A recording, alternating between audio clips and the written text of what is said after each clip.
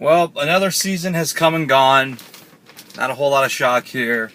Invictus, the top dog. But we're going to start off with the wild card games. As I expected and predicted weeks ago, Legends, No Side, Gentleman's Club, and Wolfpack. We'll be playing this Saturday for the wild card to see who can face the juggernaut that is Invictus.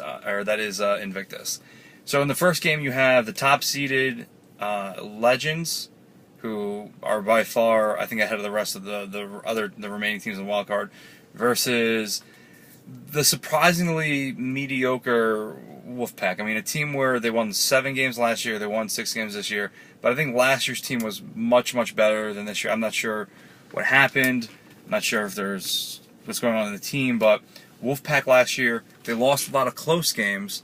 This year it was more of they got blown out a lot more. So I'm not sure what, maybe some chemistry issues there, but I'm sure they'll figure it out in the off season. I'm gonna go with Legends here. In the first game, a team, I think they have more firepower, more defense, and a more well-constructed team. Now, No Side versus Gentleman's Club.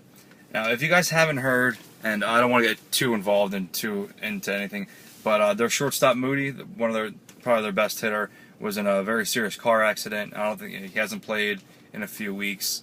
He was a team leader, vocal on the field.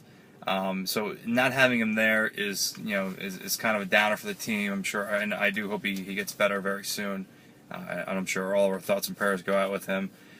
But I believe he is not playing this week, which is just huge. If you look at his stats, I mean, he had probably accumulated about 35% of that team's offense.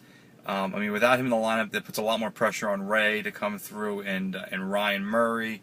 So, I mean, not having him there. Also in defense, I mean, he was one of the top, in the top 5, shortstops. So, I mean, not having him there is going to be an issue. Gentleman's Club, what they lack in formal understanding of how to play softball, because somebody on that team doesn't want to listen to other people, the other players on the team. That's where they lack on that team, is just, the general softball one-on-one, what's going on. And in a one-game playoff, you really got to kind of pay attention to that. So while No Side has the leadership and the know-how, I don't think they have the firepower to hold up with Gentleman's Club, who is kind of on a hot streak, sort of. So I'm going to go with Gentleman's Club on that one.